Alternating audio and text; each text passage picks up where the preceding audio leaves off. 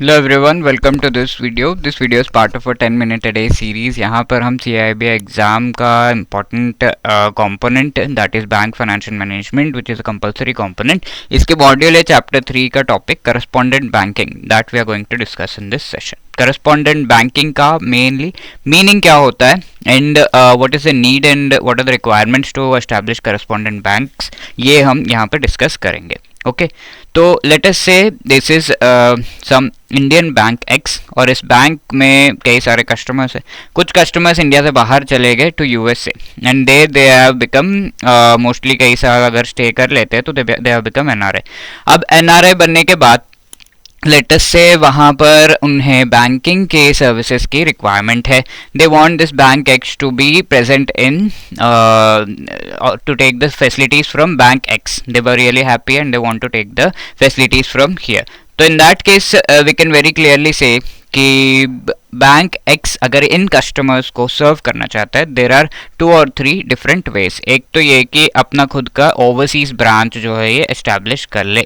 Overseas branch वो होता है जहाँ पर bank X will be establishing a separate physical branch in USA where ever this customers are. But 2-3 customers के लिए इतना ओवरसीज ब्रांच एस्टैब्लिश करना, उसका खर्चा उठाना, उससे रिलेटेड कंप्लायंसेस जो भी रिक्वायरमेंट्स है, लाइसेंसेस है, सब कुछ लेना, it becomes a tedious task. Okay, so to avoid this there is another way that can be taken by this bank, that is it can approach a local bank USA में जहाँ पर ये people हैं उसी के आसपास के कोई बैंक को अप्रोच करके it can just designate that bank, उसको जो है correspondent bank की तरह designate कर सकता है.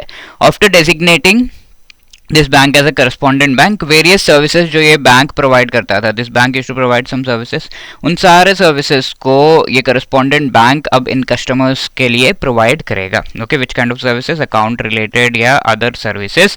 ये सर्विसेज क्या है, क्या फंक्शन है करस्पॉन्डेंट बैंक के, सब कुछ हम आगे देखेंगे. तो यहाँ पर एक्चुअली एक ओवरसीज ब्रांच बनाने का जो रिक्वायरमेंट है वो यहाँ ज़रूरी वो जो है वो पैसा बच जा रहा है, यहाँ पर वो टाइम बच जा रहा है with respect to serving this customers and customers serve भी हो जा रहे हैं. साथ के साथ इस करस्पॉन्डेंट बैंक के through this bank will be able to reach out to its more number of overseas clients. ठीक है, और फॉरेनर्स को भी ये सर्व कर सकता है इस तरीके से करके. Okay, so that is the main meaning of correspondent banking. Now what is the requirement of correspondent banking, what are the advantages, what are the different aspects, वो हम यहाँ पर देख रहे हैं.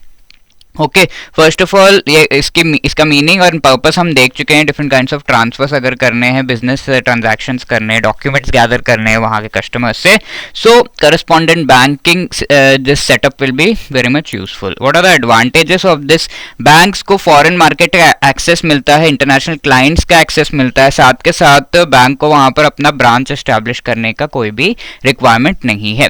Okay, so these are the different things with respect to correspondent bank. Now what is the need for establishing such banks? Let us say Indians कोई foreign चले गए और वहाँ पर जो है वो study purposes के लिए, employment purposes के लिए गए हैं, तो ये Indians वहाँ पर NRI बन जाते हैं. तो ऐसे लोगों को सर्व करने के लिए who are actually previously customers of X या फिर नहीं भी हैं उस बैंक के कस्टमर, तो नए इन कस्टमर्स को सर्व करने के लिए in that foreign land banks अपना रोल निभाते हैं. साथ के साथ बैंक्स को वहाँ पर फिजिकल ब्रांच एस्टैब्लिश करने की ज़रूरत नहीं है to serve this customers, and also it can reach out to international clients. ठीक है, ओवरसीज क्लाइंट्स को ये रीच आउट कर सकते हैं, बिजनेस अपना इस फॉरेन कंट्री में बढ़ा सकते हैं. Now this was the need and what are the requirements. Requirements बताए जाते हैं by the financial action task force, FATF. FATF is an organization. So international transactions अगर किए जा रहे हैं तो उसमें मनी लॉन्ड्रिंग, टेररिस्ट फाइनेंसिंग वगैरह इस तरह की चीज़ें ना हो, ये चीज़ इंश्योर करने का पूरा जिम्मेदारी FATF का है. FATF कई सारे रिकमेंडेशंस देता है which the country should follow in case of such international transactions. One recommendation of this is recommendation number 13. और रिकमेंडेशन नंबर 10, यहाँ पर बताया गया जो भी कस्टमर्स के साथ डील कर रहे हैं काफ़ी due diligence all the information with respect to them has to be taken.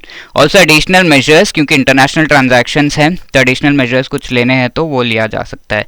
And अगर कोई अपने national government like national central banks को फॉलो नहीं कर रहा है, उनके रेगुलेशंस को फॉलो नहीं कर रहा है, तो इस फ्रेमवर्क एंड सेटअप में उन्हें जगह नहीं दी जाएगी, उनके साथ बिजनेस नहीं किया जाएगा। So these were the things to discuss. This is your homework question, please pause the video and try to answer it. And ये क्वेश्चन पिछले सेशन में डिस्कस किया गया था, ऑथराइज्ड डीलर बैंक्स से रिलेटेड रिपोर्टिंग जो की जाती है उससे रिलेटेड statements. They are required to upload daily transaction wise information, yes. It is done on the XBRL platform, yes.